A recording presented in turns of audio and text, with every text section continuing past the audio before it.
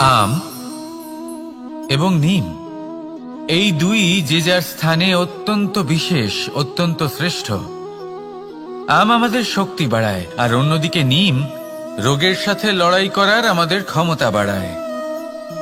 এবার আম অত্যন্ত মিষ্টি হয় আর নিম অত্যন্ত তিক্ত। তাই এই কারণে কি নিমের নিরাশ হওয়া উচিত বা নিজেকে ঘৃণা করা উচিত? তার স্বাদ তিক্ত? কখনোই নয়। দেখুন, নিম তিক্ত, এতে নিমের কোনো দোষ নেই। দোষ হলো জিহ্বার, যে মিষ্টি পছন্দ করে, তিক্ত পছন্দ করে না। কিন্তু যদি আপনি নিজের জীবনে নিমের প্রয়োগ না করেন, তাহলে আপনার রোগ প্রতিরোধ ক্ষমতা বাড়বেই না। তাই নিম হলো অত্যন্ত গুরুত্বপূর্ণ। এর থেকে আপনি কি শিক্ষা পেলেন?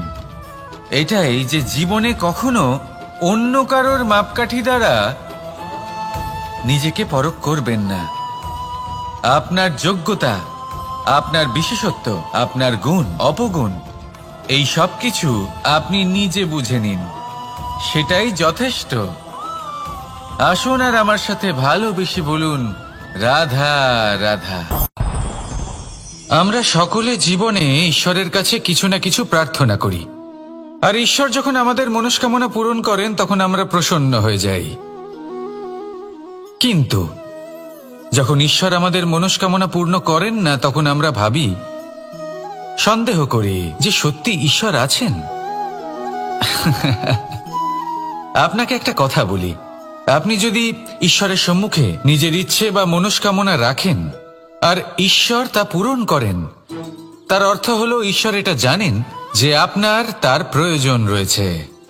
কিন্তু যদি আপনি কামনা করেন আর তা পূর্ণ না হয়, তাহলে শুধু এটা মনে রাখবেন যে ঈশ্বর সেই সব দেখতে পান যা আপনি দেখতে পাচ্ছেন না।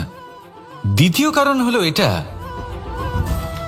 ঈশ্বর এটা খুব ভালো করে জানেন যে যে ইচ্ছে আপনি রাখছেন, সেই ইচ্ছে আপনি নিজে নিজের জোরে পূর্ণ করতে পারেন। তাই যদি আপনার ইচ্ছে ঈশ্বর পূর্ণ করেন, তাকে ধন্যবাদ জানান। আর যদি উনি আপনার ইচ্ছে পূর্ণ না করেন, তাহলে আরো ধন্যবাদ জানান। কারণ হয় উনি আপনার মঙ্গল চাইছেন, বা উনি আপনাকে ততটাই যোগ্য বলে মনে করছেন যে আপনি নিজেই নিজের ইচ্ছে, নিজের স্বপ্ন পূরণ করতে পারবেন।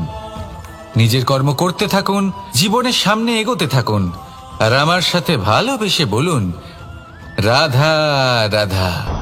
একটা গাই আর একটা বাছুরের মধ্যে কেমন সম্পর্ক থাকে? একটা গাই নিজের বাছুরকে ডাকে, আর সেই বাছুর হাজার হাজার গাইয়ের মধ্যে থেকেও নিজের মাকে চিনতে পেরে যায় আর নিজের মায়ের সাথে এসে জড়িয়ে পড়ে। আর কিছুটা ঠিক এরকমই সম্পর্ক হলো আপনার কর্ম এবং আপনার কর্মফলের মধ্যে। আপনি যেমন কর্ম করবেন, আপনার কর্ম আপনার কর্মফলকে ডাক দেবে, আর আপনার কর্মফল কোথাও না কোথাও থেকে আপনাকে খুঁজতে খুঁজতে এসে আপনার সাথে জড়িয়ে পড়বে। তাই উচিত এটাই হবে যে আপনি সৎকর্ম করুন, কারণ ঈশ্বর যদি আপনাকে আপনার ভুলের জন্য ক্ষমা করেও দেন, আপনার কর্ম কিন্তু করবে না। তাই যদি আপনি দুষ্কর্ম করতে চলেছেন, তাহলে আপনি প্রস্তুত থাকুন, আর যদি আপনি শুভ কর্ম করতে চলেছেন, তাহলেও আপনি প্রস্তুত থাকুন। আপনার কর্ম যেমন হবে তেমন ফল আপনার কাছে নিজে থেকেই চলে আসবে। আজ না হোক কাল, কাল না হোক অন্য কোনো সময়, অবশ্যই আসবে। আসুন আমার সাথে ভালোবেসে বলুন, রাধা রাধা। কোনো বাড়িতে, কোনো পরিবারে যখন কারোর জন্ম হয়, তখন তা কত সুখের মুহূর্ত হয়। সেই ছোট্ট সন্তান যখন কিছুটা বড় হয়, সে হাঁটার চেষ্টা করে, আর সেই প্রক্রিয়াতেও খুব বড় একটা শিক্ষা লুকিয়ে রয়েছে, ঠেলে দেওয়া। যখন আপনি হাঁটতে চান, সামনে এগোতে চান, তখন আপনি কি করেন? নিজের পায়ের তলার যে মাটি, তাকে আপনি পেছনে ঠেলে দেন। ব্যাস, এই একই জিনিস তো জীবনেও শিখতে হবে। এবার যদি আপনি জ্ঞানের পথে অগ্রসর হতে চান, তাহলে অজ্ঞানতাকে পেছনে সরিয়ে দিতে হবে। যদি আপনি প্রকাশের দিকে এগোতে চান, তাহলে অন্ধকারকে পেছনে সরিয়ে দিতে হবে। যদি আপনি ভবিষ্যতে সফল হতে চান, তাহলে অতীতের যে অসফলতাগুলিকে পেছনে সরিয়ে দিতে হবে। যে জল বইতে বইতে থেমে যায় তাকে আমরা নালা বলে থাকি, তার থেকে দুর্গন্ধ বের হয়। কিন্তু যে জল বইতেই থাকে তাকেই আমরা পবিত্র জল বলি। তাহলে আপনিও কর্ম করতে থাকুন, কখনো থামবেন না। আর আমার সাথে ভালোবেসে বলুন, রাধা রাধা। যোগাসন। যোগাসনে আসন অত্যন্ত গুরুত্বপূর্ণ। এবার আমি বলবো সবথেকে শ্রেষ্ঠ আসন কোনটি। আশ্বাস। নিজেকে আশ্বস্ত করতে থাকুন যে আমি আছি, সব ঠিক হবে, যা হচ্ছে ভালোর জন্য হচ্ছে। এই আশ্বাস আপনাকে জীবনে এমন ধনাত্মক বিশ্বাস দেবে যে আপনি বড় বড় সমস্যার সমাধান করতে পারবেন। এবার যদি কথা বলি সবথেকে কঠিন সময়ের, তাহলে সেটা হলো বিচ্ছেদের। যা মা সীতাকে সহ্য করতে হয়েছে শ্রীরামের জন্য, রাধা কৃষ্ণকেও সহ্য করতে হয়েছে। যে ব্যক্তি বিচ্ছেদের সময় সঠিক পথে চলে এসেছে সে জীবনে অনেক শ্রেষ্ঠ স্থানে অবশ্যই পৌঁছতে পারবে। এবার যদি কথা বলি সবথেকে জরুরি এবং গুরুত্বপূর্ণ সময়ের, তাহলে সেটা হলো সংযোগ। সকলকে সাহায্য করতে থাকুন। আপনি অন্যদের সাহায্য করে তাদের যত আনন্দ দিতে পারবেন ততটাই আনন্দ আপনারও জীবনে অবশ্যই আসবে। আসুন আর আমার সাথে ভালোবেসে বলুন, রাধা রাধা। কামবোধ, এটাই আপনার অন্তরের প্রথম শত্রু। বেশিরভাগ মানুষই কামবোধ বলতে লালসা বোঝেন, কিন্তু এটা সম্পূর্ণ সত্য নয়। কামের আসল অর্থ হলো কামনা। এটা খুবই সহজ ব্যাপার। মনুষ্য শরীর থাকলে, মানুষের মন থাকলে এই কামনা অবশ্যই থাকবে। এবার এটাই দেখতে হবে যে এই কামনা নেতিবাচক কামনা নাকি ইতিবাচক কামনা। অন্য কারোর জিনিসে নজর দেওয়া, অন্য কোনো মানুষের উপর নজর দেওয়া, কোনো অনুচিত বস্তুর দিকে নজর দেওয়া, এই নেতিবাচক কামনা। আর এই দুষ্কামনা মানুষকে দিয়ে অপকর্ম করাবেই করাবে। তাই মনে রাখবেন, যে ব্যক্তি নিজের কামনাকে নিয়ন্ত্রণে রাখতে পারেন তিনি সঠিক পথেও থাকেন, সঠিক লক্ষ্যে পৌঁছতেও পারেন। যিনি কামনা নিয়ন্ত্রণে রাখতে পারেন না তিনি তার পথও হারিয়ে ফেলেন এবং লক্ষ্যচ্যুতও হন। তাই মনে রাখবেন, নিজের কামনাগুলিকে নিয়ন্ত্রণে রাখুন। কাম নামক এই শত্রুর ওপর বিজয় লাভ করুন। আর আমার সাথে ভালোবেসে বলুন, রাধা রাধা। আমাদের জীবনে দুই ধরনের সম্পত্তি হয়ে থাকে। এক হলো ভৌতিক সম্পত্তি, এক হলো জৈবিক সম্পত্তি। অর্থ, সম্পদ, সুবিধে, খাদ্য, এইসব ভৌতিক সম্পত্তির মধ্যে পড়ে। ব্যক্তি, মিত্র, পরিবার, আমাদের আপনজন, আত্মীয় স্বজন সব জৈবিক শ্রেণীতে পড়ে। আর প্রত্যেক মানুষের পক্ষে এই বিভাজন বোঝা অত্যন্ত আবশ্যক। কারণ মূলত আমাদের ব্যবহার দুই রকমের হয়ে থাকে। হয় আমরা ভালোবাসি বা আমরা সদ্ব্যবহার করি। আর সবথেকে বড় ভুল আমরা তখন করি যখন আমরা বুঝতেই পারি না যে ভালোবাসবো কাকে আর ব্যবহার করব কাকে। আমরা ভৌতিক সম্পত্তি ভালোবেসে ফেলি আর ব্যবহার করি জৈবিক সম্পত্তিকে, যেখানে এটা অনুচিত। জৈবিক সম্পত্তিকে ভালোবাসুন আর ভৌতিক সম্পত্তিকে ব্যবহার করুন। যেদিন আপনার মধ্যে এই বোধ জাগ্রত হবে যে কাকে ভালোবাসবেন আর কাকে ব্যবহার করবেন, সেই দিন আপনার জীবনে শুধুই শান্তি বিরাজমান হবে। আর তখন এই মন প্রসন্ন হয়ে বলবে, রাধা রাধা। কাল, আজ এবং কাল, আমাদের সমগ্র জীবন এই তিনটির আশেপাশেই ঘুরতে থাকে। আমরা সবসময় বিগত সময়ের বিষয়ে ভাবতে থাকি। অতীতে যদি আমাদের দ্বারা কোনো ভুল হয় সেই বিষয়ে ভেবে ভেবে আমরা সবসময় অনুতাপ করতে থাকি। এটা উচিত নয়। দেখুন, অতীতের থেকে শিক্ষা লাভ করা অত্যন্ত আবশ্যক, কিন্তু সেই ভুল যাতে আবার না হয় সেই কাজটা কিন্তু আপনাকে বর্তমানেই করতে হবে, তাই না? দ্বিতীয় কথা, আমরা সবসময় ভাবি আগামী দিনের বিষয়ে, ভবিষ্যতের বিষয়ে। আমরা ভাবি যে কাল করে নেব, আজ এই কাজ করতে পারছি না, কোনো ব্যাপার নয়, কাল করে নেব। আজ কাজটা শুরু করতেই পারলাম না, কোনো ব্যাপার নয়, কাল করে নেব। আজকের দিনটাই ভালো ছিল না, কোনো ব্যাপার নয়, সেটা কাল করে নেব। ব্যাপারটা বুঝুন, আপনি নিজের সময় নষ্ট করছেন। দেখুন, এই যে কাল, তা কখনোই আপনার হাতে আসবে না। তাই যে কাজ করতে চান সেটা আজকেই করুন, অন্তত শুরুটা করুন। কারণ এই আগামী সময় তা সবসময় আপনার থেকে এক কদম আগে থাকবে, একদিন এগিয়ে থাকবে। জানেন কেন?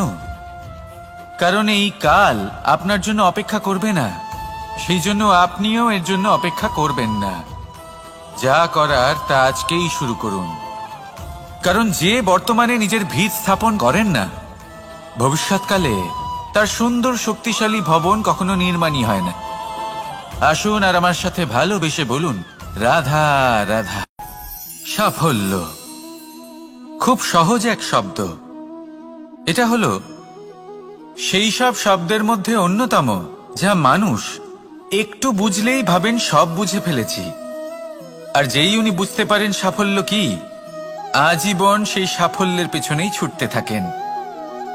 এই সাফল্য হলো একটা খেলার মতো, যাতে মানুষ নিজের সমস্ত জীবন বাজি লাগিয়ে দেন। আর প্রত্যেক খেলার মতোই এরও কিছু নিয়ম রয়েছে। আর প্রাথমিক নিয়ম হলো, এই সাফল্য লাভ করার জন্য সাফল্য লাভ করার স্বপ্ন আপনাকে অবশ্যই দেখতে হবে আগে। হ্যাঁ, কিন্তু শুধুমাত্র স্বপ্ন দেখলেই কিছুই হবে না। স্বপ্ন দেখুন, তারপরে আপনার নিজের নিদ্রাকে ভঙ্গ করতে হবে, দিনরাত পরিশ্রম করতে হবে, দিনরাত চেষ্টা করতে হবে।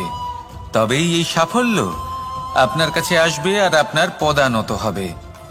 তাহলে স্বপ্ন দেখুন আর পরিশ্রম করে তাকে সার্থক করুন। যদি এটা করেন তবেই সাফল্য সহজেই আপনার কাছে আসবে। আর তখন মন প্রসন্ন হয়ে বলবে, রাধা রাধা। সমস্যা, প্রত্যেকের জীবনেই সমস্যা আসা যাওয়া করে।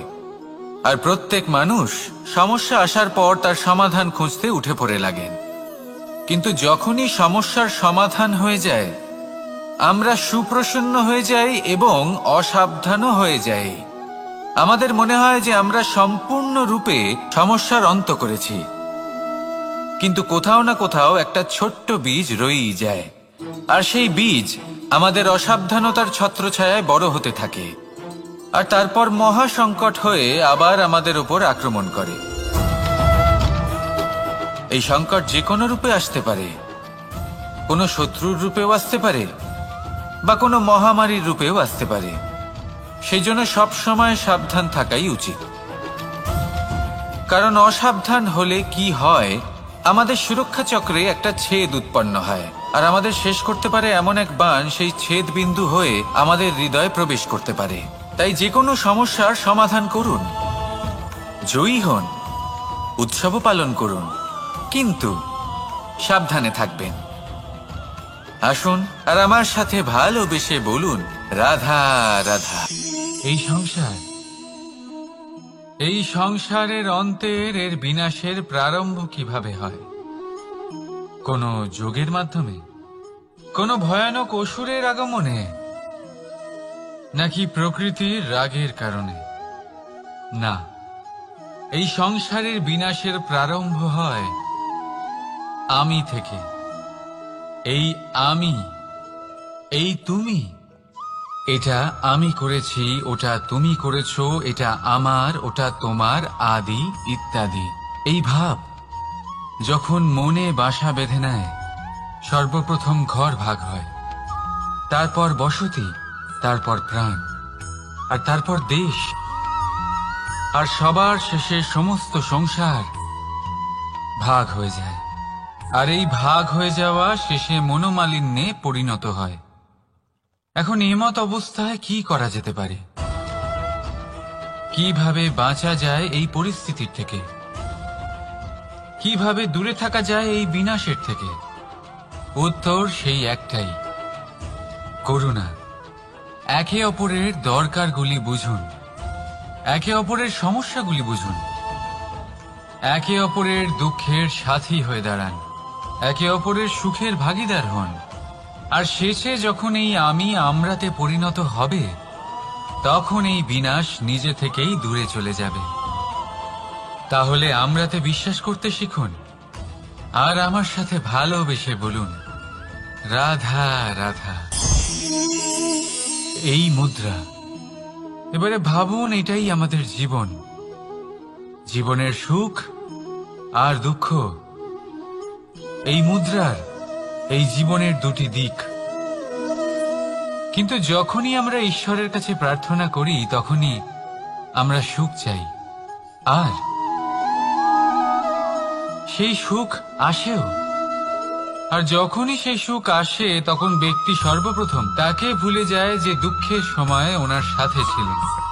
আর এমত অবস্থায় উনি সাহায্য করেন না, উনি করেন উপকার। আর এই উপকারের বদলে মানুষের থেকে উনি নিজের জন্য শ্রদ্ধা চান। আর সেই শ্রদ্ধা, সেই চাহিদার কারণে উনি নিজেকে অন্যদের থেকে শ্রেষ্ঠ, অন্যদের থেকে ভিন্ন মনে করতে বিবশ হয়ে যান। আর আলাদা হবার কারণে তার মধ্যে জেগে ওঠে অহংকার, আর সেটাই হয় তার পতনের কারণ। এবার এতে কি করা যেতে পারে, কি চাওয়া যেতে পারে ঈশ্বরের কাছে? এই প্রশ্ন অবশ্যই মনে আসে। ঈশ্বরের কাছে চান সুখ, শুধুমাত্র ততটাই যাতে অহংকার না আসে, আর দুঃখ ততটাই যাতে শ্রদ্ধা না চলে যায়। রাধা রাধা। এই সংসারে এমন কিছুই নেই যে সব সময় একই থাকবে। যা কিছু নির্মাণ হয়েছে তা একদিন অবশ্যই ভেঙে পড়বে, কিন্তু এই ভেঙে যাওয়ার বিশ্লেষণ আপনি কিভাবে করবেন তা আপনার উপরে নির্ভর করছে।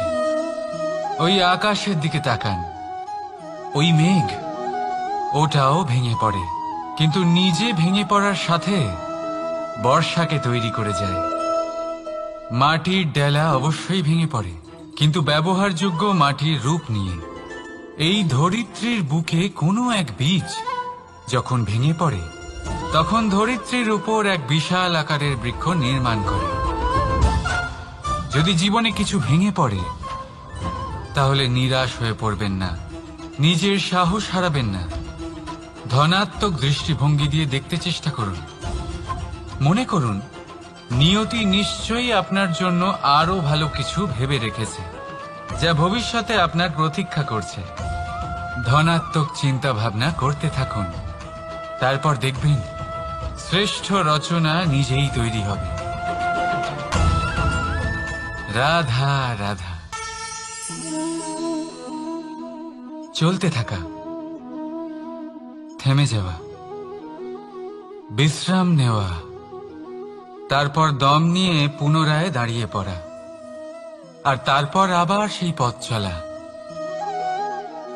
এটা জীবনের অভিন্ন এক অঙ্গ, এটার থেকে আপনি পালাতে পারবেন না।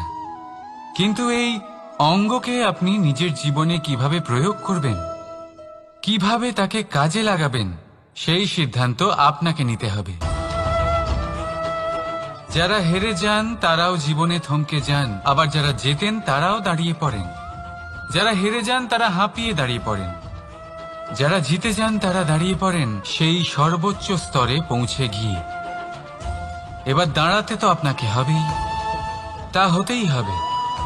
কিন্তু কখন কিভাবে দাঁড়াবেন, ক্লান্ত হয়ে নাকি সর্বোচ্চ স্তরে পৌঁছে গিয়ে, সেই সিদ্ধান্ত আপনার। অবশ্যই দাঁড়িয়ে পড়ুন, কিন্তু ক্লান্ত হয়ে নয়, কারণ আপনাকে পুনরায় দাঁড়িয়ে পড়তে হবে, পুনরায় যাত্রাপথে এগোতে হবে এবং সর্বোচ্চ স্তরে পৌঁছতেই হবে। রাধা রাধা। স্বপ্ন, আমরা জীবনে স্বপ্ন দেখতে থাকি, সেটা পূরণ করার পূর্ণ প্রয়াস করে থাকি, কিন্তু এই স্বপ্ন পূরণ না হওয়ার পরিস্থিতিতে আমরা ভেঙে পড়ি, ছিন্ন বিচ্ছিন্ন হই। আর তারপরই বোঝা আমরা আগামী প্রজন্মের ওপর রীতিমতো চাপিয়ে দিই।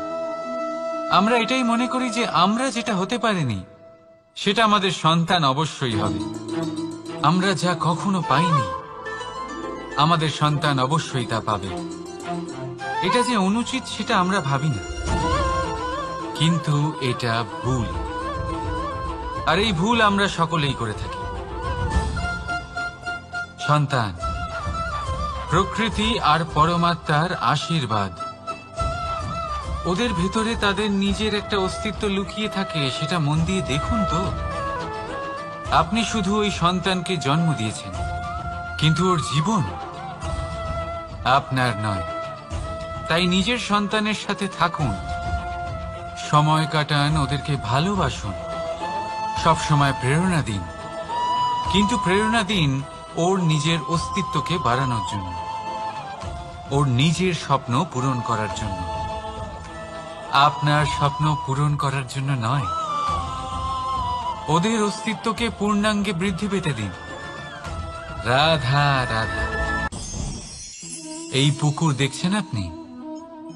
পুকুরের জল কখনো প্রবাহিত হয় না, একই স্থানে জমে থাকে, আর সেই কারণে কিছুদিন পর ময়লা হতে শুরু করে। কিন্তু তাও আমরা একে ত্যাগ করি না, আমরা তবুও একে পুজো করি। শুধুমাত্র এই কারণে নয় যে অতীতে সে আমাদের তৃষ্ণা মিটিয়েছে, কিন্তু এই কারণেও যে যদিও বা সে ভবিষ্যতে আমাদের তৃষ্ণা না মেটায়, কিন্তু প্রয়োজন হলে আগুন অবশ্যই নেভাতে পারে।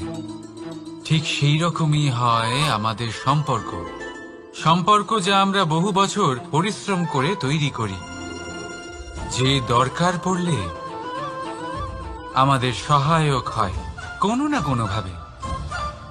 সেই জন্য সম্মান করতে শিখুন এই সম্পর্কগুলিকে, শিখুন এই সম্পর্কগুলিকে অটুট রাখতে। কথায় কথায় এই সম্পর্কগুলিকে ভেঙে দিতে শিখবেন না। রাধা রাধা।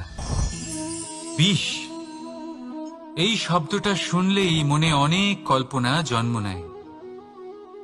কল্পনা অসহ্যকর তিক্ততা, কল্পনা অত্যন্ত বেদনাদায়ক মৃত্যু। এবার যদি আপনাকে জিজ্ঞেস করা হয় যে সবচেয়ে বিষাক্ত বিষ কোনটা, তাহলে আপনি কি বলবেন? কেউ বলবে সর্পের বিষ, কেউ বলবে কাঁকড়া বিছের, কেউ বলবে কালকিউটের বিষ। কিন্তু না, এই সমস্ত রকম বিষ সেই বিষের সামনে টিকতে পারবে না যাকে আমরা বলে থাকি কানের মধ্যে ঢালা বিষ।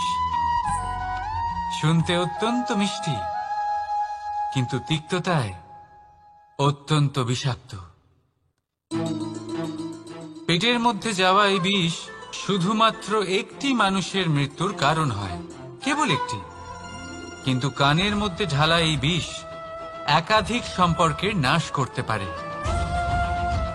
আর এটাতে সেই ব্যক্তির ভুল নেই যে আপনার কানে বিষ ভরেছে, আপনি তাকে দোষ দিতে পারেন না। এখানে দোষ আপনার নিজের, যে এই বিষকে আপনি নিজের উপরে প্রভাব ফেলতে দিয়েছেন, এই বিষকে সুযোগ দিয়েছেন আপনার ক্ষতি করতে। এটা আপনার ভুল। সেই জন্য কুমন্ত্রণায় কখনো কান দেবেন না। আপনার মনে ভালোবাসার দৃঢ়তা জাগিয়ে তুলুন আর নষ্ট করে দিন এই সংসারের সমস্ত বিষের প্রভাবকে। রাধা রাধা। জীবন, আমাদের এই জীবন সুখ আর দুঃখ, এই দুইয়ের মিশ্রণ।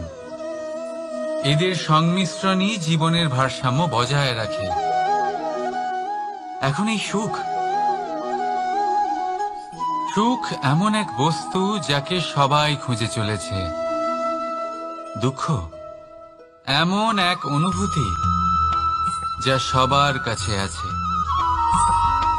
আমাদের প্রত্যেকের জীবনে সুখ আর দুঃখ আসতে থাকবে আর যেতেও থাকবে, এটা অবশ্যই জীবনে থাকবে। কিন্তু সফলতা, এটা সবার জীবনে আসে না। কেন? কারণ এই সফলতা সুখ আর দুঃখের দ্বারা প্রাপ্ত হয় না। সফলতা প্রাপ্ত হয় নিজের উপরে বিশ্বাস করতে থাকলে। আকাশের ওই সূর্যকে দেখুন, সূর্যের বিশ্বাস আছে নিজের উপর যে সে সমস্ত জগৎকে আলোকিত করতে পারবে। নিজের প্রথম রশ্মি দিয়ে অন্ধকারকে দূর করতে পারবে। সূর্য এই বিশ্বাস নিয়েই আসে, আর কিছুক্ষণের মধ্যেই সমস্ত সংসার থেকে অন্ধকারকে বিনাশ করে ফেলে সে। তাহলে মনে রাখবেন, এই সুখের আভাস, এই দুঃখের অনুভূতি আসতেও থাকবে আর যেতেও থাকবে। শুধু নিজের উপরে বিশ্বাস রাখুন, তারপর দেখবেন এই সফলতা আপনার দাস হয়ে থাকবে। রাধা রাধা। চাঁদ কত শ্রেয়, শুভ্র, কত সুন্দর। কিন্তু যদি আপনি মনোযোগ সহকারে দেখেন তাহলে দেখবেন এই চাঁদেও দাগ আছে। আর এই দাগগুলি থাকার কারণে কি এই চাঁদের মাহাত্ম্য কখনো কমে যায়? কখনো নয়। এর কারণ হলো চাঁদের নিরন্তর চেষ্টা। একবার এই আকাশে দেখুন, এই অন্ধকার সবসময় চেষ্টা করে চাঁদকে ঢেকে দেওয়া, কিন্তু এই চাঁদ সবসময় এই অন্ধকারের সাথে লড়াই করতে থাকে। অমাবস্যা থেকে শুরু করে চাঁদের এই যাত্রা পূর্ণিমা অবধি পৌঁছেই যায়। আর তাই এই চাঁদের পুজো করা হয়, এই কারণে এই চাঁদকে মাহাত্ম্য দেওয়া হয়। এইভাবেই যদি আপনার মধ্যে কোনো দোষ থাকে, কোনো খারাপ কিছু থাকে, তাহলে সেটা কোনো বড় ব্যাপার নয়। চেষ্টা করুন সেটাকে শুধরে নেওয়ার, কিন্তু সেই কারণে নিজেকে খারাপ মনে করা এটা অনুচিত।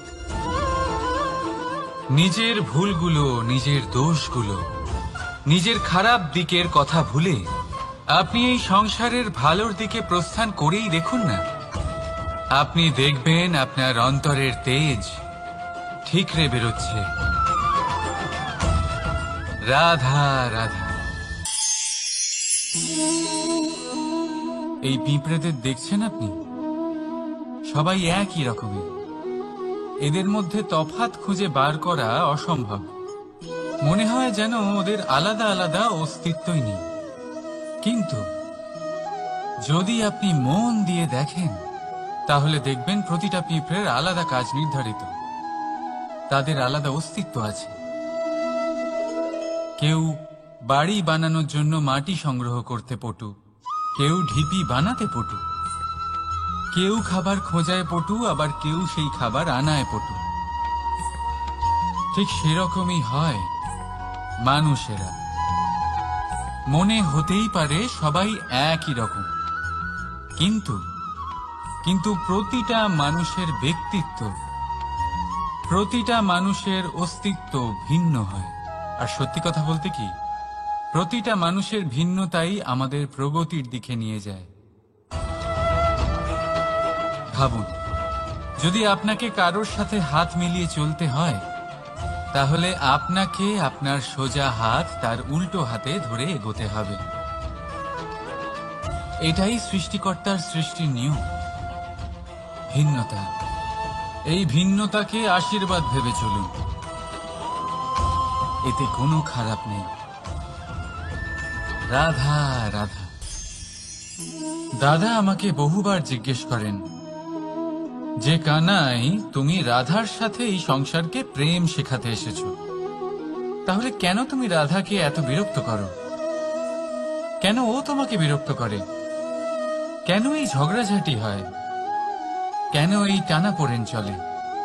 এবার এটার উত্তর আমি কিছুটা এইভাবে দিতে চাই। পিঁপড়ে সেই বাড়িতেই প্রবেশ করে যেখানে মধু উপস্থিত আছে। যদি আপনার বাড়িতে মধু থাকে, কোনো মিষ্টি জিনিস থাকে, মিষ্টত্ব থাকে, তাহলে পিঁপড়ে সেখানে অবশ্যই প্রবেশ করবে। ঠিক এইরকমই হয় আমাদের সম্পর্ক। এর মধ্যে ছোটখাটো ঝগড়াঝাটি, টানাপোড়েন, রাগ করা, মন ভাঙানো, এই সব তো চলতেই থাকে, বিশেষ করে সেই সম্পর্কগুলিতে যেখানে মিষ্টত্ব আছে। মনে রাখবেন, যেই সম্পর্কে কোনো খুনসুটি নেই, রাগ করা, মান ভাঙানো নেই, কোনো ছোটখাটো ঝগড়াঝাটি নেই, সেই সম্পর্ক শুধুমাত্র মস্তিষ্ক দিয়ে পালন করা হচ্ছে, মন থেকে নয়। তাই মন থেকে ভালোবাসতে শিখুন। আর এই ছোটখাটো ঝগড়াঝাটির এই অম্ল মধুর খুনসুটির আনন্দ উপভোগ করুন, কারণ এতেও ভালোবাসা আছে। রাধা রাধা। এই পুস্তক বড়ই কাজের জিনিস। কাহিনী হোক, কবিতা হোক, স্মৃতি হোক, এতে যাই লিখে দেবেন তা ভবিষ্যতের পুঁজি হয়ে যাবে। কিন্তু যদি কখনো এমন হয় যে এই পুস্তক ময়লা হয়ে যায়, বা যদি কোনো পাতায় আপনি ভুল করে কালি ফেলে দেন, বা কোনো বাক্য লিখতে গিয়ে আপনি ভুল করে ফেলেন, তাহলে আপনি কি করেন? সেই পুস্তক কি আপনি তুলে ফেলে দেন? না, তাই তো। শুধু একটা পাতা ছিঁড়ে ফেলেন যাতে সেই পুস্তক সঠিক থাকে, সুন্দর হয়ে ওঠে। এই পুস্তকের মতোই হয় আমাদের সম্পর্ক। তার সেই এক পাতা, একটা ভুল।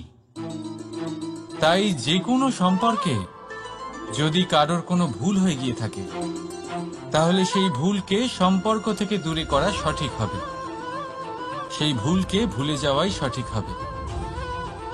সেই সম্পর্ক ভাঙা নয়, সেই সম্পর্ক সামলে রাখুন। কারণ ভুল তো সবার দ্বারা হয়। যদি এরকম করেন, তবেই জীবনরূপী পুস্তক আরো সুন্দর হয়ে উঠবে। একে অপরকে ক্ষমা করতে শিখুন। একে অপরের ভুলকে ভুলে যেতে শিখুন।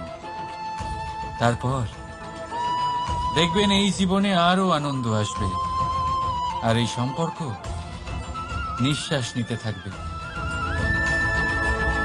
রাধা রাধা। অনেক সময় মানুষ অতীতকে দেখেন আর তখন অহংবোধে পরিপূর্ণ হয়ে ওঠেন। কখনো বর্তমানের দিকে তাকান, ভবিষ্যতের দিকে তাকান আর পরিতৃপ্তিতে ভরে ওঠেন। কেন বুঝতে পারেন না একটা সহজ কথা? এই যে সৃষ্টি, এই সৃষ্টি হলো একটা বড় চক্র, যা বারংবার আপনার কাছে ফিরে আসবেই। কঠিন থেকে কঠিনতর পরীক্ষায় আপনাকে নিযুক্ত করবে, যাতে আপনাকে উত্তীর্ণ হতেই হবে। যা কাল ছিল তা আজ নেই, এটা সবাই জানেন। যা আজ আছে তা হয়তো কাল থাকবে না, এটাও আপনাকে মেনে নিতে হবে, তাও আবার হাসি মুখে। শান্ত থাকতে শিখুন, আর কখনোই মনের মধ্যে অহংকার উৎপন্ন হতে দেবেন না। হতে শিখুন সেই হিমবাহের মতো। হয়তো এই জন্যই এত শীতল থাকে, কারণ ও জানে গতকালও জল রূপে ছিল, আজ বরফ রূপে হয়তো আছে, কিন্তু কাল পুনরায় সে জলেই পরিণত হবে। নিজেকে শান্ত রাখুন। হয়তো আজ আপনি সাফল্যের শিখরে আছেন, হয়তো বা নেই। আপনাকে প্রত্যেক দিন অবশ্যই দেখতে হবে। শুধু নিরন্তর প্রচেষ্টা করতে থাকুন, প্রত্যেক পরিস্থিতির জন্য তৈরি থাকুন, আর একে ভারসাম্যে রাখতে শিখুন। আপনার কাল হোক, আজ হোক বা আগামীকাল, আপনার ভালো দিন হোক বা খারাপ দিন, সব পবিত্র হয়ে যাবে। তাহলে আসুন আর আমার সাথে ভালোবেসে বলুন, রাধা রাধা। এই সংসারে এমন কোনো পর্বত নেই যা এতটাই উঁচু যে মানুষ তার শিখরে পৌঁছতে পারবে না, তাকে অতিক্রম করতে পারবে না। এই সংসারে এমন কোনো সাগর নেই যা কিনা এতটাই গভীর যেখানে মানুষ তার তলদেশে পৌঁছে ফিরে আসতে পারবে না। একটা ছোট্ট বরফের টুকরো পর্বতের শিখরে গলে গিয়ে বইতে থাকে, আর দেখতে দেখতেই তা মহানদী গঙ্গায় পরিবর্তিত হয়। এর কারণ কি? এর কারণ হলো প্রচেষ্টা, প্রারব্ধ নয়। এই প্রচেষ্টাই সুনিশ্চিত করে যে আপনার প্রারব্ধ কি হবে। এই সমস্ত কিছু হলো প্রচেষ্টা আর প্রারব্ধের খেলা। আপনার প্রচেষ্টা যেরকম হবে, আপনার প্রারব্ধ সেরকমই হবে। আর আপনার প্রচেষ্টা যদি উচ্চ মানের হয়, তাহলে প্রারব্ধকে আপনার সামনে নত হতেই হবে। কি বলেন? তাহলে আসুন আমার সাথে ভালোবেসে বলুন, রাধা রাধা। অনেক সময় যখন আমরা কর্ম করি, সাফল্য লাভ করি, কঠিন পরীক্ষায় উত্তীর্ণ হই, বড় কাজ করি, আমাদের মনে হয় এই সংসার আমাদের একটু প্রশংসা করুক, ভালো লাগে। অনেকবার মনে হয় এটা হলো আমাদের কর্মের ফলই বটে, আমরা আনন্দ পাই। কিন্তু যখন আমরা এই প্রশংসা পাই না, তখন কি হয়? আমরা দুঃখী হয়ে যাই, ভেঙে পড়ি। মনে হয় যেন আমার জন্য কেউ চিন্তাই করে না। এমন মনে হয় যেন আমাদের আনন্দে অন্য কেউ আনন্দই পায় না। অনেক রকম ভাবনা আসে। কিন্তু আমি আপনাকে একটা প্রশ্ন করতে চাই, আপনি যে কাজই করেন না কেন, যে কর্মই করেন না কেন, তা কি শুধুমাত্র প্রশংসার জন্য করেন?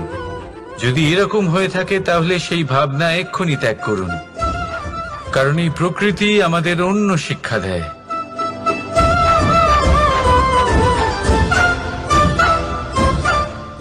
এই ফুলকে দেখুন, এই যে ফুলের সুবাস, যা আমার মনকে উচ্ছ্বসিত করে তোলে, মনে শক্তি সঞ্চার করে, এই সুগন্ধ। কিন্তু ভেবে দেখুন, ফুলের কিন্তু এই কাজ করার জন্য কোনো প্রশংসারই প্রয়োজন হয় না। এটাই হলো প্রকৃতির শিক্ষা। যিনি সৎ হন, সৎকর্ম করেন, তার কোনো প্রশংসার প্রয়োজন হয় না, কারণ ওনার কর্মই হলো ওনার সুবাস। মনে রাখবেন, আতর নকল ফুলে দেওয়া হয়, প্রকৃত ফুলের তার কোনো প্রয়োজন হয় না। সেইভাবেই আপনিও কর্ম করতে থাকুন শুভ চিন্তা নিয়ে। এই মনকে সব সময় শান্ত রাখুন, স্বচ্ছ রাখুন। যদি এরকম করেন তাহলে আপনার কর্ম এমন সুবাস ছড়াবে যে আপনার জীবনে শুধু এবং শুধুমাত্র আনন্দই থাকবে। তাহলে এই আনন্দ সহকারে বলুন, রাধা রাধা। জীবন, এই জীবন আসলে কি?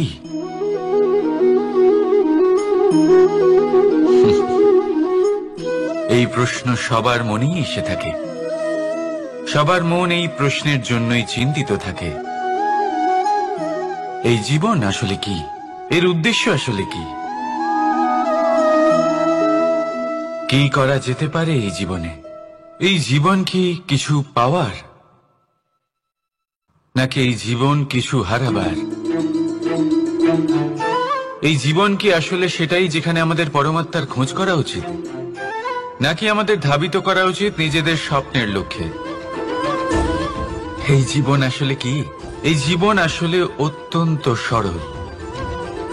এ হলো শান্ত জলের মতো,